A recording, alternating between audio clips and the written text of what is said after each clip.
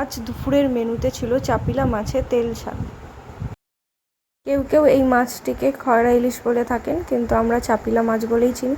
আপনারা কে কী বলেন আমাকে কমেন্ট করে জানাবেন। আসুন তাহলে তৈরি করে নিই চাপিলা মাছের তেল ঝাল।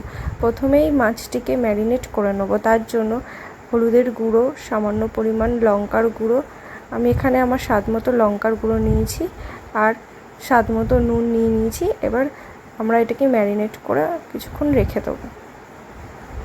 এবার এখানে নিয়ে নিচ্ছি আদা, রসুন, লঙ্কা বাটা, পেঁয়াজ বাটা ও টমেটো বাটা, আর ম্যারিনেট করা মাছগুলি।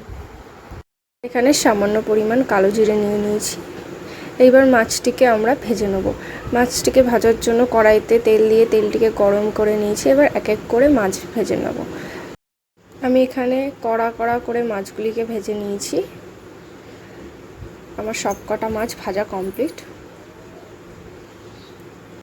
এরপর অন্য কড়াইতে তেল ঢেলে তেলটিকে গরম করে তার মধ্যে কালো জিরে অ্যাড করছি। তারপর পেঁয়াজ বাটাও দিয়ে দিচ্ছি। দিয়ে ভালো করে নেড়েচেড়ে পেঁয়াজটিকে লাল করে ভেজে নিচ্ছি। পেঁয়াজটি বেশ লাল লাল করে ভেজে এসছে। এই পর্যায়ে আদা, রসুন, লঙ্কার পেস্টটি আমরা ঢেলে দেবো। তাহলে ভালো করে নেড়েচেড়ে আর একটুখানি ভেজে নেব। এবার এখানে স্বাদ মতো নুন দিয়ে দিলাম ও 1 চামচ পরিমাণে হলুদ গুঁড়ো দিয়ে দিলাম, আর স্বাদ মতো লঙ্কার গুঁড়ো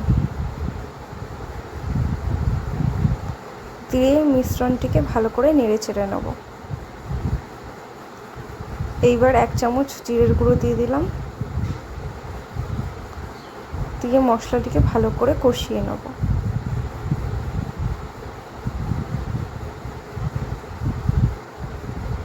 মশলাটি আমার কষে এসছে।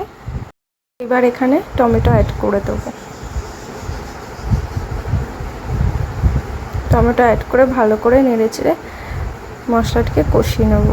মশলাটি আমার কষে এসছে। এবার সামান্য পরিমাণ জল দিয়ে দেবো।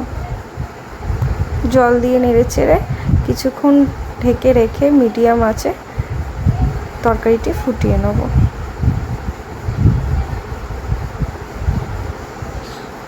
তরকারি আমার ফুটে এসছে। এই পর্যায়ে ভেজে রাখা মাছগুলিকে এক এক করে ছেড়ে দেবো।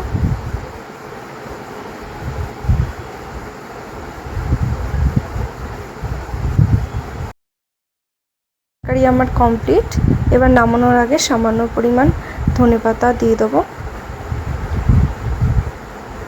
ব্যাস তৈরি আমাদের চাপিলা মাছের তেল ঝাল। আপনাদের কেমন লাগলো আমাকে কমেন্ট করে অবশ্যই জানাবেন, আর ভিডিওটি ভালো লাগলে লাইক করবেন। আজকের মতো এখানেই শেষ করলাম। পরের দিন অন্য ভিডিও নিয়ে